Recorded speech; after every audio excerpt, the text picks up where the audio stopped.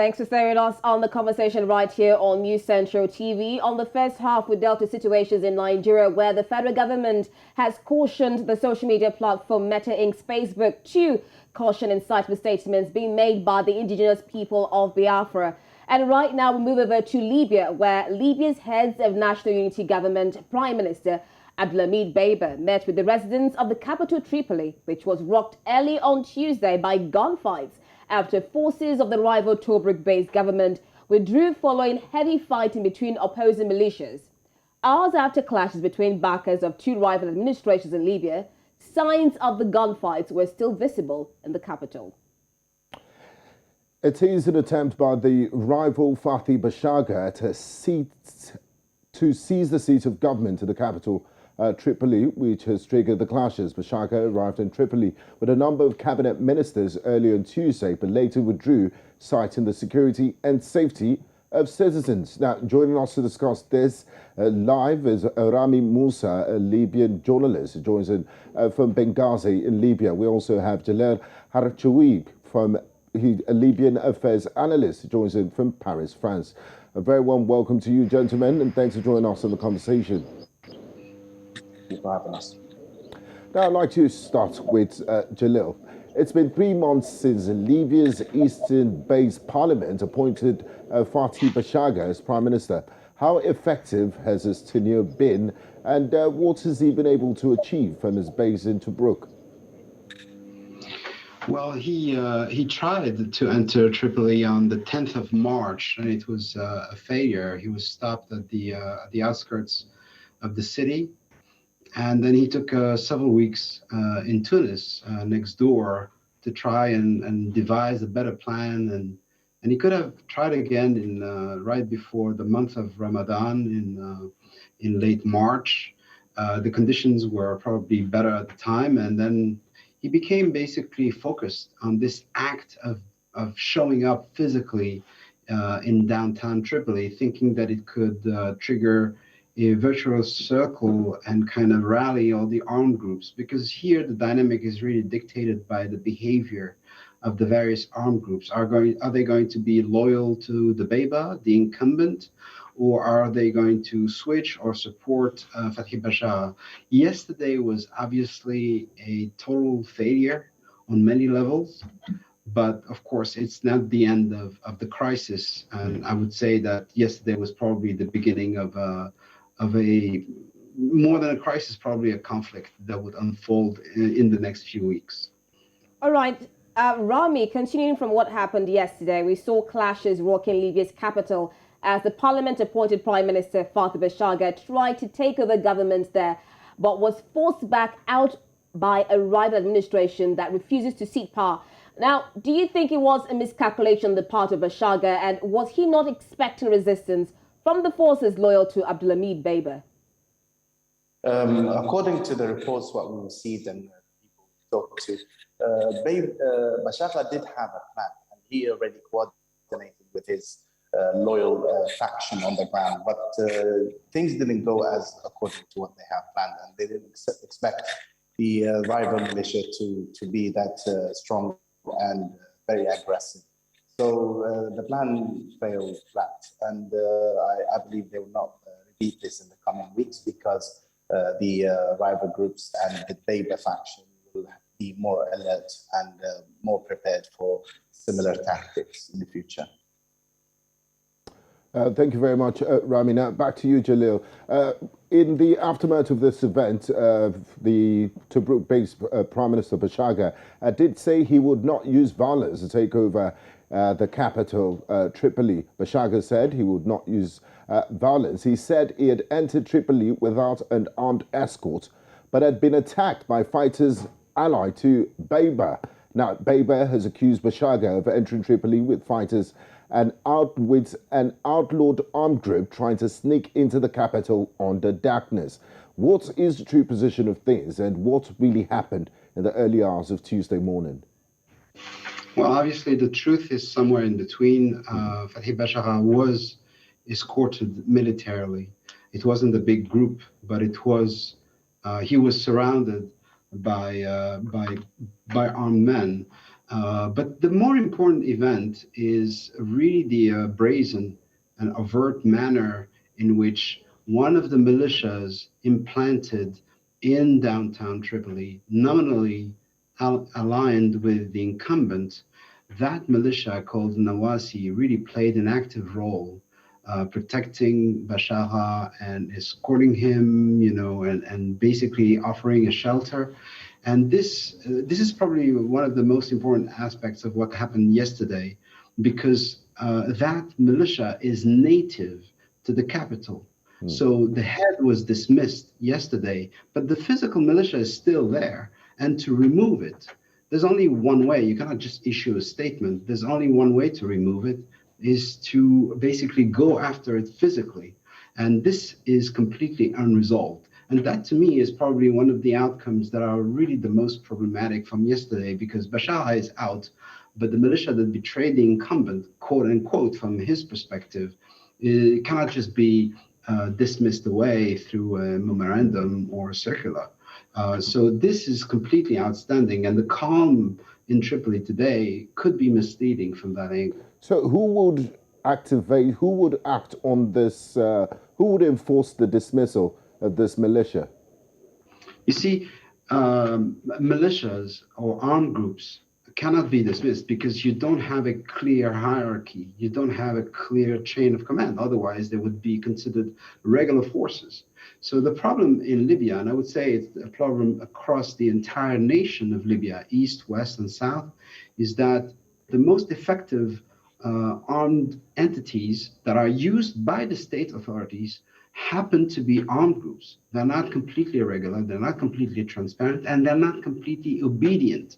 So you cannot just sit in an office and issue a dismissal expected to be enforced magically. You have to go out and physically confront the armed group, because, again, those are not formal, regular forces. Otherwise, people would have dismissed all those militias years ago. So I think the Beba has put himself in some serious trouble there. Okay, Jalel, I'll go over to Rami right now. While we're trying to clarify what happened exactly in Libya on Tuesday morning, we want to know, have there been any casualties reported as a result of these clashes between forces loyal to Beba, the militia, and the Bashagha? According to the report, there have been several severe damages to some of the buildings and properties of the locals of Tripoli, and there has been a number of casualties, including perhaps a couple of dead and a dozen of wounded. But so far, this is only reported by the government in Tripoli, and we could not verify the credibility of the reports. Stay with you, Rami. We know elections were meant to happen in December. It didn't happen on Boxing Day. And some analysts would say, all what we're seeing now, the tussle, the armed struggle between Bashagha and Beba, is as a result of a failure to hold national elections. Now, what has been some of the effects of this political deadlock on the socio-economic well-being of Libya as a whole?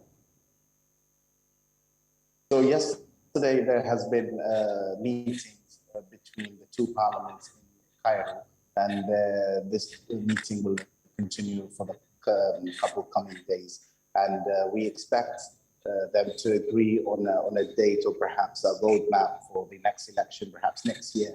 But this is just being optimistic. So far, I talked to the spokesperson of the parliament in East Libya and a number of individuals in the High State Council, and they have confirmed that things are moving forward smoothly, and they expect to find an agreement in a couple of coming days. So they will agree on a constitutional basis for the next election and perhaps even a draft election laws. But this we'll have to wait and see if this is going to happen, because from our experience in the past, these two parliaments have been at each other's throats, and things could collapse at any minute.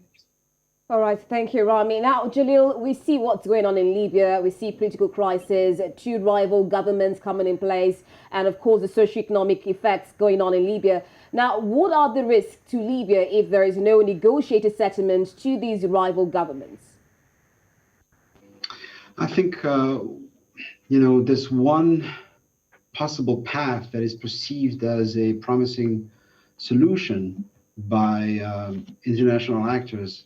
When I say international actors, I really should be saying the United States. The United States has been pushing towards a particular option, which consists in effectively putting together a very small group of people, group of Libyans, picked carefully, that would be allegedly apolitical, that could decide, day-to-day decisions like public expenditures. So this idea of a technocratic cabinet or a political committee at the very top, above those governments that we have been discussing that have been going after at each other. This is an idea that has been pursued over the last several months by the United States, and I expect Washington to continue pushing in that direction. I personally think that it's impossible, but obviously the Americans believe that it's the right way to go. Basically the idea is to say, well, politics in Libya is too problematic.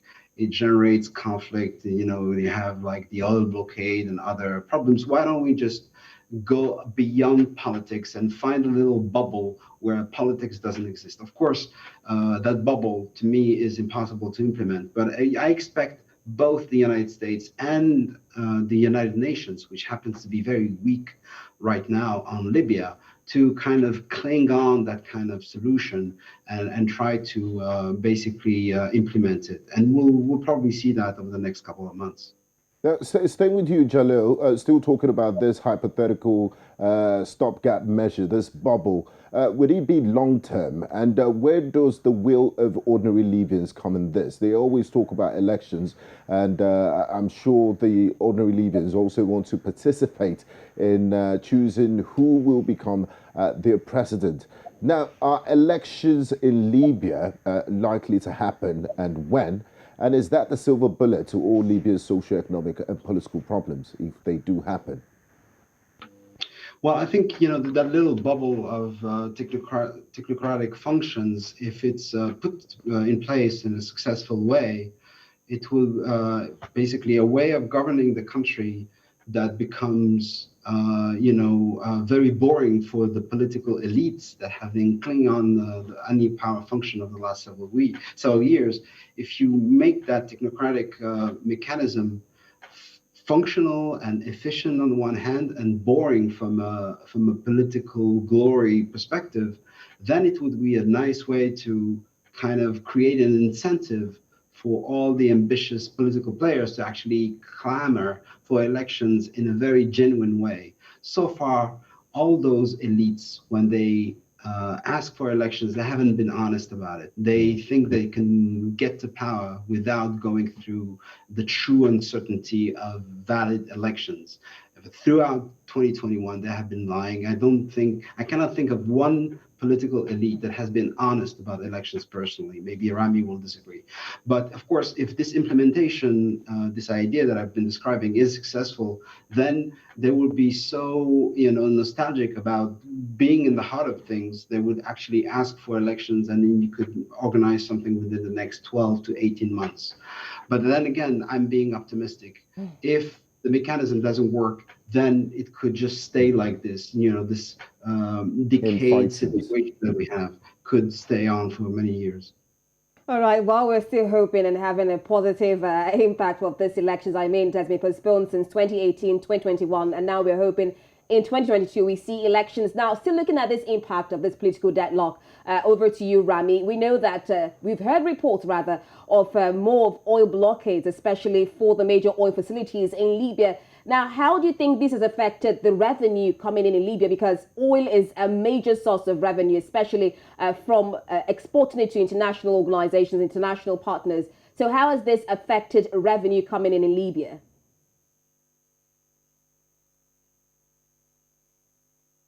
Yes, this will affect the next budget, which is expected to be approved in the coming weeks.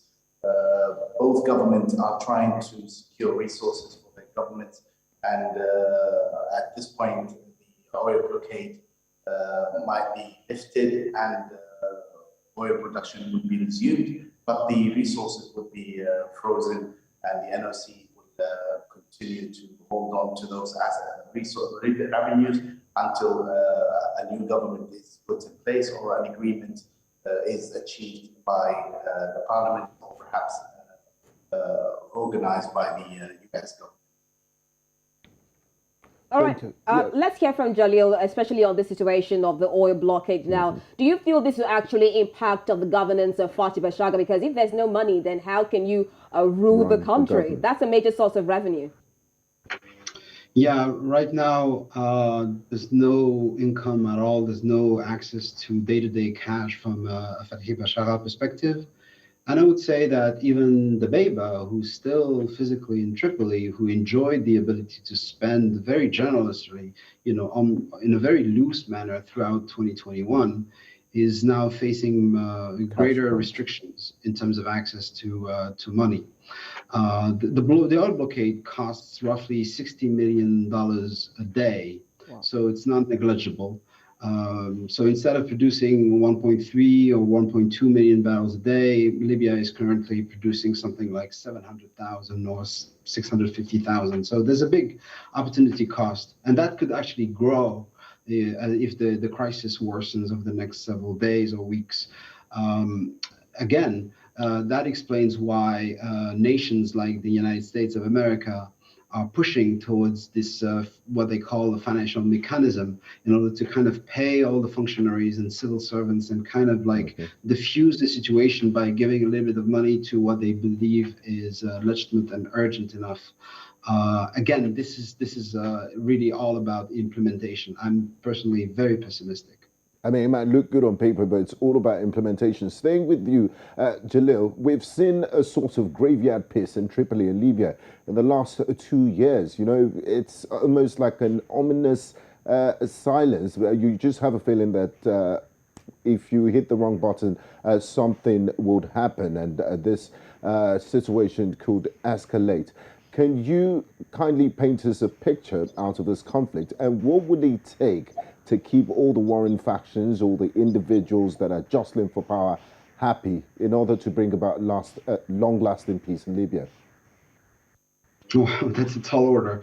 I mean, very, very simply, what happened is that, Marshal Haftar, based in the east, conducted an offensive against the capital for roughly 14 months, from 2019 to 2020. That, as you hear me talk, the situation was kind of binary, because all of the capital, the greater Tripoli area, was kind of busy resisting and defending their turf.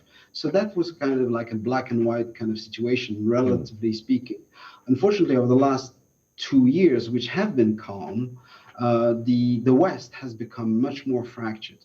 So now within the West, you have enmities and fault lines, which means effectively that the presence of Turkey and Russia, and I would like to remind your viewers that Russia and Turkey are still military present in Libya. They used to have the ability to kind of force a form of calm or precarious peace. Their ability to impose that on local actors is dwindling. So how do you avoid a return to war, which I think is quite likely, unfortunately? Then I think what you should do is really remind yourself that what worked with Turkey and Russia kind of agreeing that war should not exist in Libya, that worked in 2020, worked in 2021. Just if you're a diplomat, just remember that this is not going to work this time, simply because the territory is too fractured. All right, thank you so much, Jalel, for joining us on the conversation, and also Rami, Musa, for shedding so much insight on the happenings in Libya. Thank you. Thank you very much, gentlemen. And that's all we can take on today's edition of The Conversation. In the first half of the show, we looked at social media, Facebook in particular, with the federal government asking Facebook to clamp down on hate speech made by the indigenous people of Biafra, IPOP group, on its platform. And in the second half, we just concluded our conversation on the clashes that happened in Tripoli, Libya yesterday, and its implication for the political future of Libya. Very Thanks for joining us in the conversation. I'm Benga Aboroa. And I'm Rita Modia. See you again on Friday.